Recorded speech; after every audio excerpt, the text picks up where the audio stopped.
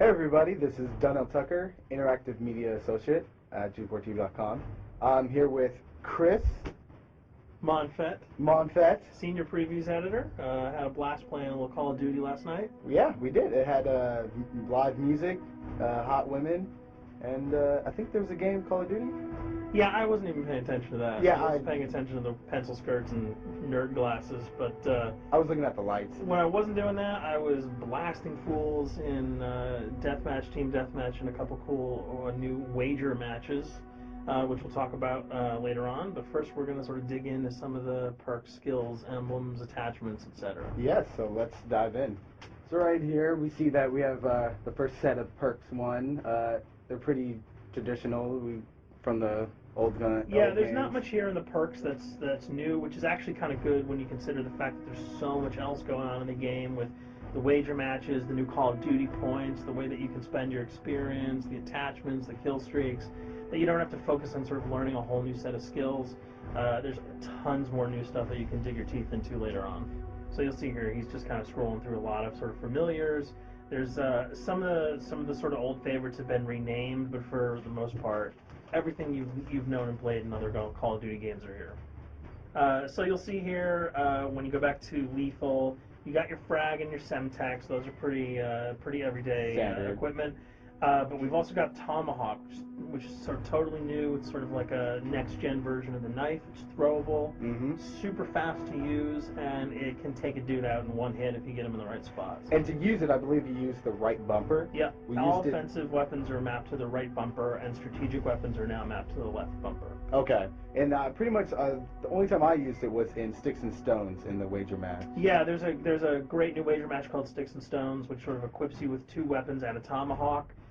When you kill with the weapons, you get points. When you kill someone with a tomahawk, you basically bankrupt all their wealth. So it's really good for strategizing your way through those levels.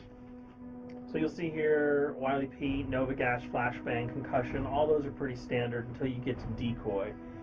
Decoy is I think is going to really open up some strategy here. Essentially, you can throw out a decoy, and it's going to sort of fake your opponents into thinking that there's gunplay going on somewhere in the map. So if you sort of want to redirect where these guys are going, sort of turn them around, have them come to you so that you can do an ambush, you just sort of lob your decoy over. If they're not going to want to run in a gunfire, they'll turn around, hopefully right into your muzzle. That's something I probably want to try out a couple of times. See if they actually go with the bait. Yeah, it'll just run. It'll really sort of test how reactive people are to running into firefights, because some people are just super aggressive and they're going to run towards those red dots rather than away from them. And it'll really sort of test your ability to be strategic about when and where you use them. Now here's something new. It's called the camera spike. Ah, yes. It's sort of super useful. I used this a bunch yesterday. You plant it down, and it basically takes over your mini-map with a sort of picture-in-picture window of wherever you planted your camera. So if you want to know if people are running through a certain alleyway, coming around a corner, if you're hiding somewhere and you just want to cover your back, you can plant a camera right behind you. It's a really kind of good way, especially if you're a sniper and you're in a position that you can get sort of snuck up on or sneaked up on. You can put that camera down and sort of cover your ass. Yeah. I was also using it for home videos. Because, I don't know, for some reason, I was just like, hey, there's me, let me say something to the camera. Call of Duty night vision action going on. Exactly. Yeah. And the C4, the tactical insertion, those are things that you'll have remembered from other games. What we got here, though, is the motion sensor, which kind of acts like a little mini UAV, so you can toss that out, and it'll give you a small radius just to sort of see if there are people coming. Super useful if you're hiding, say, behind a corner, beneath a windowsill, and you want to know if someone's sort of on their way so that you can just ride up and blast them. Throw that out, the red dot appears, you know you got a kill in your sights. So now we're on to kill streaks. There's some really cool new kill streaks here, this one being the RCXD. If you were ever into remote control cars, and believe me, I was, these are remote control cars with C4 on them. Nice little add-on to that. Right, which I did not have that when I was a kid. I did not have that either with a kid. They didn't sell it in stores. They would not let me have that, but now in Black Ops, you can guide this in sort of a first-person perspective. It's actually super easy to use. You'd think it would kind of just be running all over the place. but you can brake, reverse, go back, go forward, and you can choose to detonate it whenever you want. So it's not like if you accidentally run into a wall, it's going to explode. But if you see one of those coming your way, if you've got a machine gun, just start spraying bullets. Hopefully you can detonate it before it hits you. So you suggest not people to run, because that thing will catch up. Yeah, that thing's really fast, and it goes upstairs. It's really easy to navigate with. So if that thing So it's like shoot, and if you miss... Yeah, if it's after you, you're dead unless you can blow it up. Counter spy plane, that's basically a revamped version of the UAV. That's nothing new. This, however, the SAM turret... which I like really much, because it destroys practically not every aircraft in there. I think Blackbird can't be destroyed. Yeah, there are some things that you can't blow up, but care packages, chopper gunners, that's going to really help out. It's it's basically for people who didn't want to run around with their rocket launcher and try to take down choppers. You can sort of plant that in hopefully like a high position that has good angles on the sky, and hopefully it'll take out some of the things that are blowing you and your friends away. Now you'll see care package, napalm strike, sentry gun, mortar team. Those are all things you're pretty familiar with until we get down to Valkyrie rockets. These are remote-controlled rockets, a little bit kind of like the RCXD.